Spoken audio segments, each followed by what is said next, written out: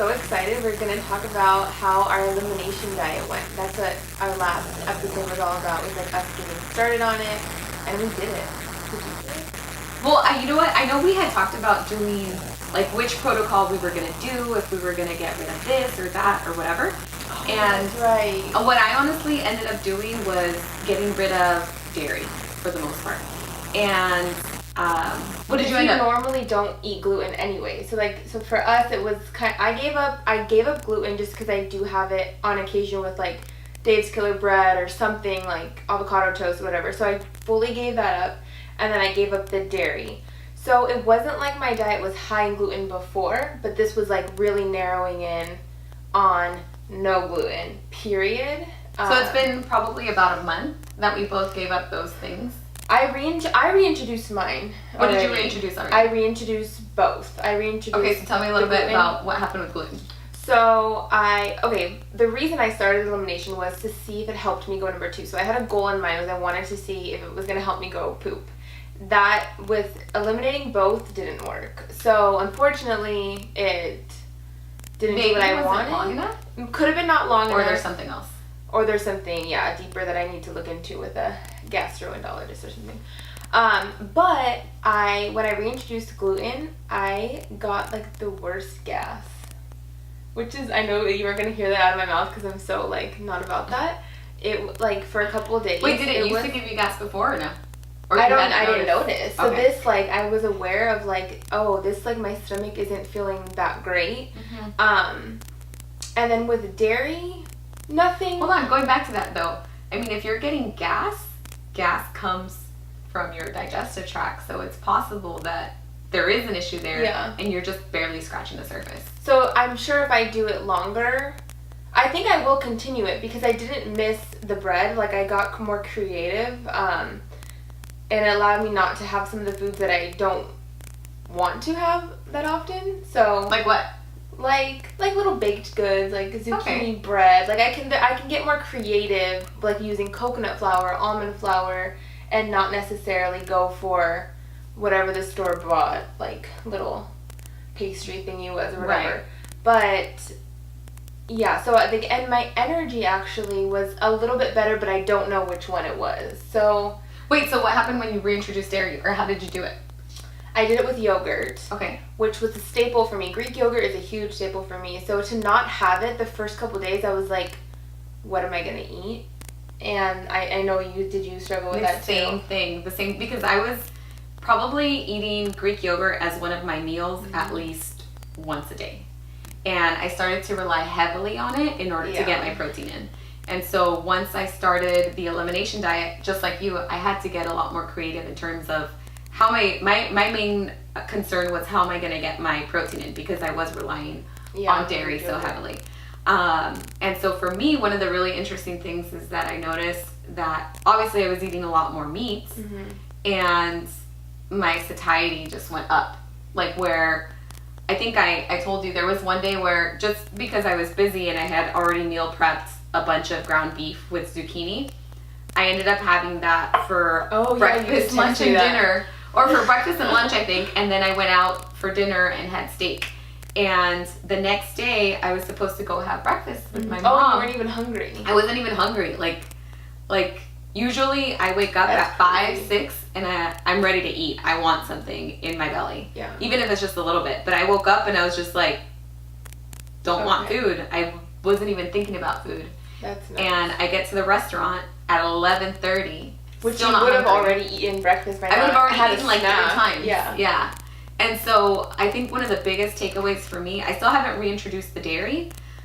When I do reintroduce it, I want to make sure, like I was telling you earlier, that I'm doing it from an organic, healthy source. Yeah. That's important. I was going to ask you of the quality and like what percentage of fat you have in your dairy. Like what type do you use? Well, I think I'm definitely going to, when I do reintroduce it, it's been about a month, but I probably won't reintroduce it right away. I kind of want to give myself more time experimenting. I wish I would have done that. I want to give myself more time experimenting with the higher meat consumption. Yeah. But one thing, like today, for example, I almost went to Starbucks. And I was like, go do it so you know how you're going to feel. I almost went to Starbucks and ordered a coffee with heavy cream, and Sarah, I had her full support to do that. I was like, go for it. But I decided to wait because when I do reintroduce it, I want to make sure it's from a great source. That way, any negative effects can't be attributed to that. To the quality of the dairy that I'm consuming. And so for now, I am going to continue just staying off of it. I've noticed that, like you said, I've been able to incorporate a lot more variety. Which I like. That was my favorite part about this because, like, gluten wasn't big before for me. However, the dairy was. Like, I had Greek yogurt every single day. And I had more eggs for breakfast. I had more veggies because I didn't rely on the yogurt as my meal. Yeah. My source of dairy is always clean. Like, I always get, like, a 2 or 4% or full fat type of dairy yogurt that's organic. So my quality was good.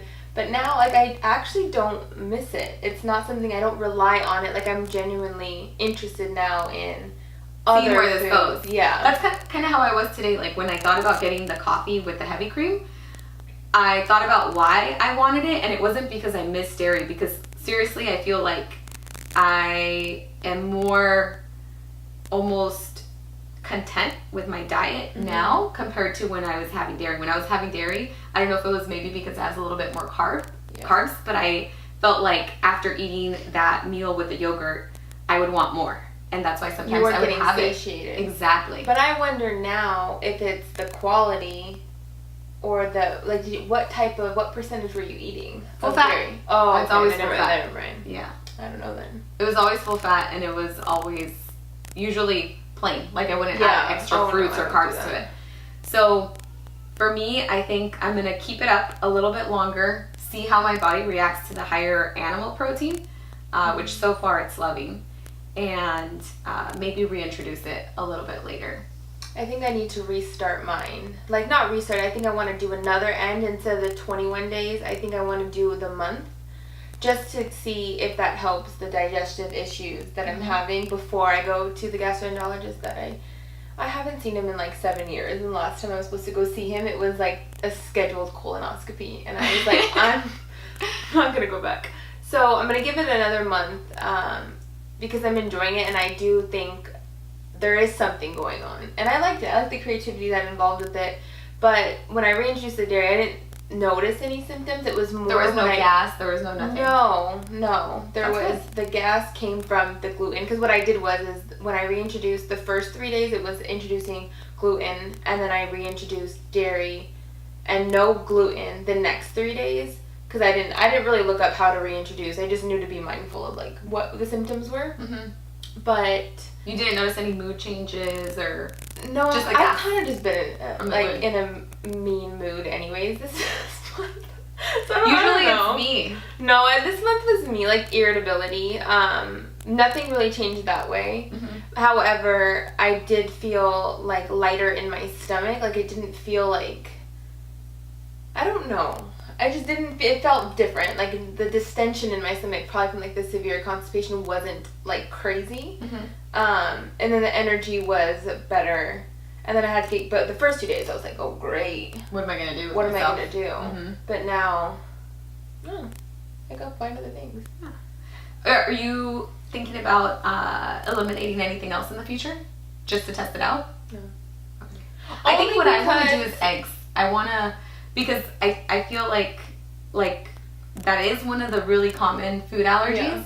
And from what I've read and heard and learned is that a lot of people think that they're totally fine with eggs because they don't have a reaction. But once they take them out and reintroduce them, it's like night and day. So I really... That's interesting to see what'll end up happening. That's one that I end up consuming a lot currently when I'm not eating as much animal protein because I don't have any, like beef. Eggs are pretty... So they're really easy to consume. And your friend has the little farm, right? Exactly. I have a friend that, she doesn't have a farm, but she has 5 chickens. If you have a chicken, she has 5 chickens, and she's only one person, so she has a lot of extra eggs. Can I take her eggs?